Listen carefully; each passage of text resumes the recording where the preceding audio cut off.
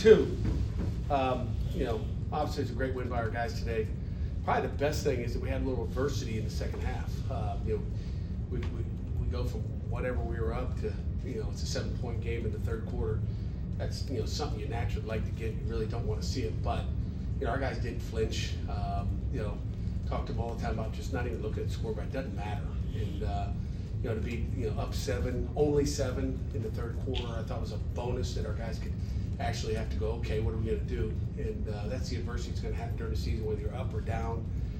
So it's good to have that in one of your first 2 games.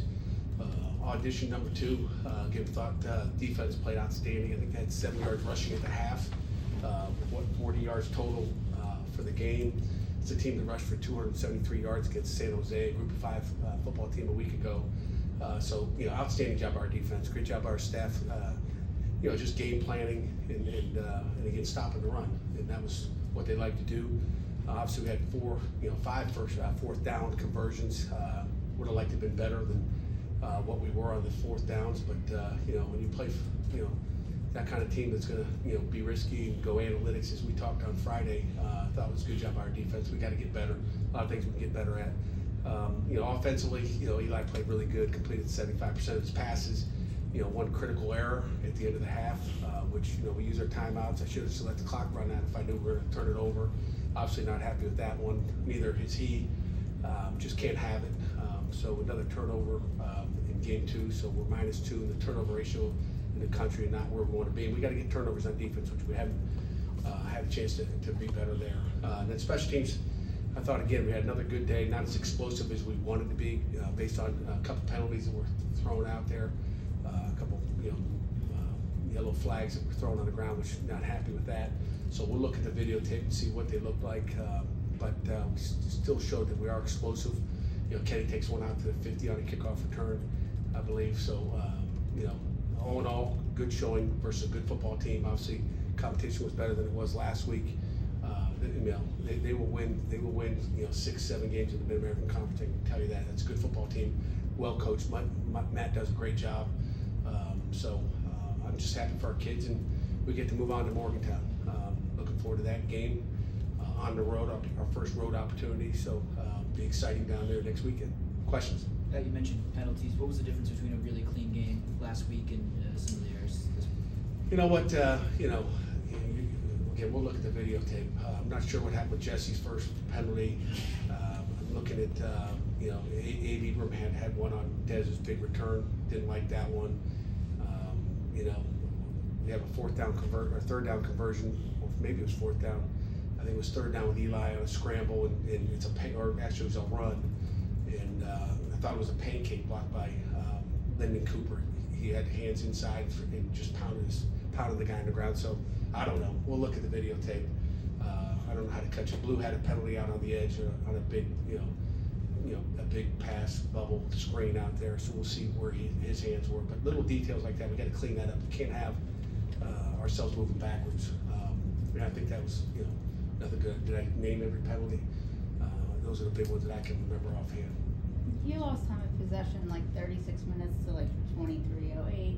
Today? Yeah. We won it at the halftime. At halftime, I think it was 16 or 13 or something like that. You know, give or take a few seconds there. But you know, time possession, we lost it last week. You know, it's about who puts the points up on the board. Obviously, you know, I told our guys, you know, in the second half, it was Gatorade go, 2 plays, touchdown. I mean, nobody's going to complain about that. I'm not worried about time possession. They worry about time possession. I'm not worried about time possession. I'm worried about points and what that scoreboard looks like at the end. Is that how you want the offense to operate? Like ideally, all the scoring drives were under 3 minutes, I think. Yeah, you know, if they had 8 minutes, as long as we score, I don't care. I'm not going to tell Kate to slow it down, score slowly. But you know, being explosive on offense is critical for us. And I'm not worried about the time possession. We lost it a week ago. I mean, can you imagine we lost it a week ago? He scored 61 points or whatever heck it was. You know, we talk about critical things to winning, and turnovers are obviously number one. You can't turn the ball over, and we haven't won that in 2 weeks. So we got to play clean ball to go on the road and win. And you know, but you know, time possession is the last thing that we talk about as far as critical to winning goes. It doesn't really matter. Now we've seen a lot of different receivers over the first couple of games have catches. Poppy had 5 today. What stood out to you about his game today and what he's done Yeah, Poppy, I've been impressed with Poppy. You know, one of the things going into the offseason was Poppy, hey, just don't catch and fall down. It's got to be yards after the catch. And he's done a great job the last 2 weeks. He's explosive. He runs good routes. He gets open and gives Kate an opportunity to throw it to him. So Poppy's been really good all camp. Really been impressed with Poppy. But, Kenny Johnson was outstanding. Blue got the chance to make some plays with his feet on the one time early, I think, in the second quarter. We got weapons out there. Zion had a catch, which was good. I think he had one. I haven't counted up. Deuce had another nice catch. So we've got weapons out there. And again, it's not just throwing it to one guy. It's throwing it to who's open and where you're supposed to throw it. To your point about facing some adversity in the second half, after they pulled to within 7 in the third, your offense comes out, gets a quick touchdown. How pleased were you with how the offense continued to just keep their foot on the gas, and then defensively to not allow any more scoring after that point? Yeah, I mean, again, that 15-yard drive or 14-yard drive before the half hurt. Again, that was a 2-play drive, I believe. So no doubt, again, being down, it's the adversity we talk about, and sometimes you don't see those until you get into a Power 4, ACC game, whatever it may be. So I've been impressed just with how they've just, put their head down and go to work the next series and not worry about what happened the last play. Pat, Shadarian Harrison got the start today and finished with 9 tackles, 6 of which were solo. I know he was the Conway Award winner in the spring, but what did you see from him today that really stood out? Yeah, I have to watch the tape to really see it, but he was grumpy after the game too, so I like that. Like, he's probably mad at something, whether it was catching third down or whatever it is, but he just keeps working. I've been impressed with him. We actually played the whole game mostly with our backup corners the whole game. That won't happen next week, but I won't talk injuries, but Drip and Sean Lee, they both were out there, versus a different offense that they hadn't seen all summer camp, all August. So I was impressed with those guys. We're getting some depth at corner, guys you can trust. And that was something impressive. You guys had 11 tackles for loss. Sometimes when you get a big number like that, there might be one guy with 4 or 5. I think you had 10 different players record a half tackle for loss or a whole tackle for loss. Did you like how? It seemed like the whole defense was able to get in the backfield and make the plays today. Yeah, we're aggressive up front, whether it's blitzing or playing base, and there was havoc off the edge. Carruthers was outstanding today.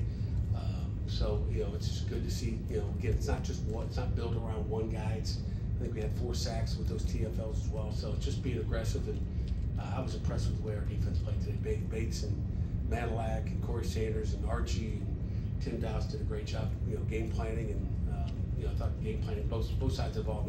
Offensively did a great job game planning as well.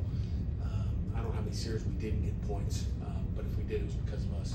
What has Zach done, off season and then into the regular season that has allowed him to kind of seize this opportunity to play so well? Zach has come a long way. Zach has come a long, long way. And I told him after the game, like, hey, a little bit different from when your back was sore in camp, and a year ago, his back hurt, and he got that right, worked out. Coach Stack's done an unbelievable job of stretching him out, making sure.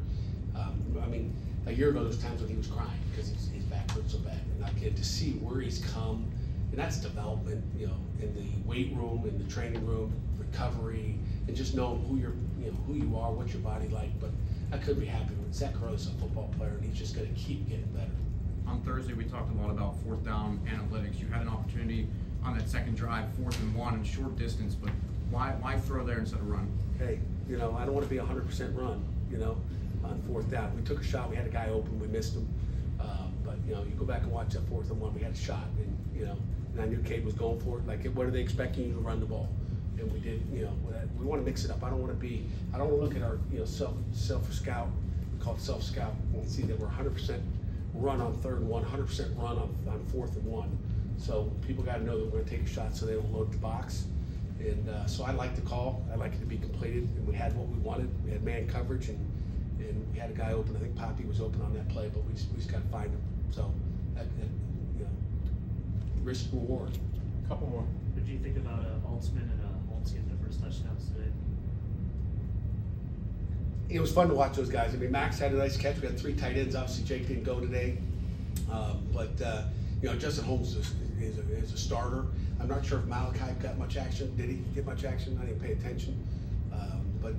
Malachi will be ready to roll next week and be 100% healthy. But Holmes came in and took it over, and then Altman comes in and gets a touchdown pass. It was impressive. If I was a tight end, I'd want to come play in this offense. I'll just say it like that. But no, it was good to see Altman and Holmes get involved, and Eli obviously get it to his tight end and get it to who he's supposed to get it on those plays.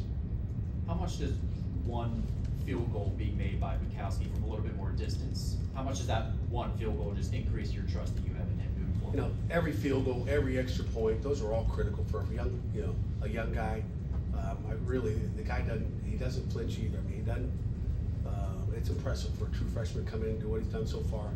Knock on wood. Now we got to take him on the road and see what he's got down in Morgantown. But I've been impressed with him.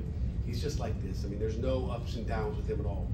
I mean, he's steady, and that's what I love about him. There's no, getting too high or getting too low. I mean, he does things the right way. I love how he prepares.